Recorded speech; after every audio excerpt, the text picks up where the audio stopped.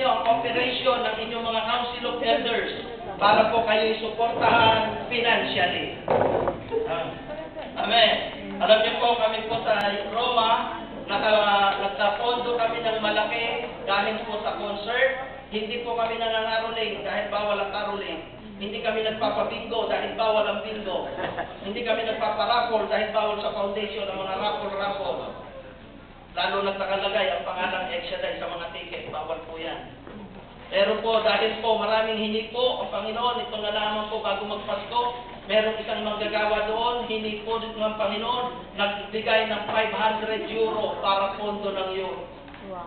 Kaya po kumilos ang Diyos. Kaya ang Roma po, ang pondo ng Roma ay nasa 1,500 sa youth pa lamang. Nakakabili sila ng uniform, nakaka-outreach sila kung saan sila gustong pumunta. Dahil po, pagka inuna mo ang Diyos, uunahin ka rin ang Diyos. Karamihan din po sa youth namin, nasa 36 mga estudyante. Kaya, yung nagagawa nila, kaya nyo rin pong magawa. Amen. Amen. Kaya magkatulungan po tayo para dyan. Sabi po dito sa 1 Corinto 3, chapter 3, verse 1 to 3, mga kapatid, hindi ko kayo nakausap tulad ng ginagawa ko sa mga taong nagtataglay na espiritu. Kailangan kausapin ko kayo bilang mga taong namumuhay ayon sa laman, sanggol pa sa pananampalataya kay Kristo. Ang katulad nyo po'y sanggol na kinakailangan pong alalayan lagi.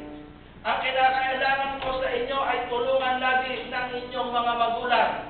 At ano ang spiritual na kailangan ninyo ay ang salita ng Diyos.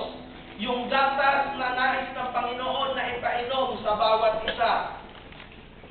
Sa pagsali nyo sa gawain ito, sa pagsali nyo sa pagiging isang youth, kayo po'y i-develop sa magandang kaparaanan. Nakikita ko po sa inyo bilang mga youth, naroon pa rin yung pagiging kabataan ninyo. Karamihan sa inyo nakikita ko, makamundo pa rin. Tingnan mo katabi mo. Oh, ano itsura niyan?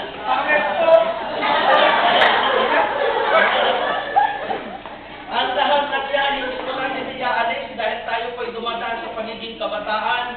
Ang lahat na meron sa atin, unti-unti niya tatanggalin ng Panginoon. Kung ikaw ay meron mga kung ano-anong attitude, kung ano-anong itsura na dala ng kamunduhan, ang Diyos ang magsasaayos sa atin.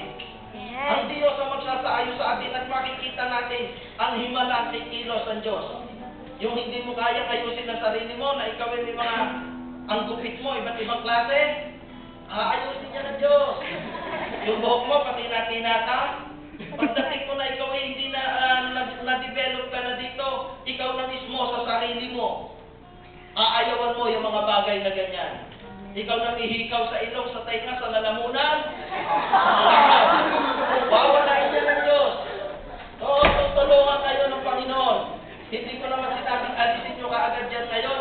Ang Espiritu ng Diyos ang tutulong, kasama na rin po ng pagkilos at paggalaw ninyo kung gusto nyo talagang makasunod. Amen? Amen. Gusto nyo ba makasunod? Amen. So, palakpakan natin ang ating Diyos. Paano ba tayo mag-grow? Sabi dito, we must know how to feed ourselves. Dapat alam natin kung paano natin pakainin ang ating sarili. Makikita natin, ang isang sanggol, ang kinakailangan inumin ay gatas. Ang isang sanggol ay hindi mo pwedeng pakainin ng matitigas na bagay dahil sabi ko kanina, mai-impatyo. Ang isang sanggol, tinuturoan kumain. Sa paghawak ng kutsara, tikang sanggol, itinuturo mo sa kanan ng kutsara, sa kaliwa ang tinidor. Gayon din sa paghubog sa kabataan, tuturuan ka ng mga tao para sa iyong pag-grow sa gawain ito. Amen? Amen. At tinuturuan ka, huwag kang magalit dahil mahal ka. Nais ng Diyos na patuloy kang mahubog. Ano pa?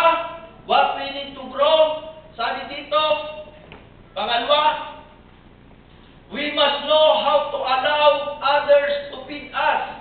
Hebreo 10:25, huwag kaligtaan ang pagdalaw sa ating pagtitipon, gaya ng ginawa ng ilan, kundi palakasin ang loob na isa't isa, lalo na ngayong nakikita ng nalalapit na pagdating ng Panginoon. Salamat po. No? Kagamit-gamit dito, nagyayelo, pero ako nagpapawis. tutunaw na ako.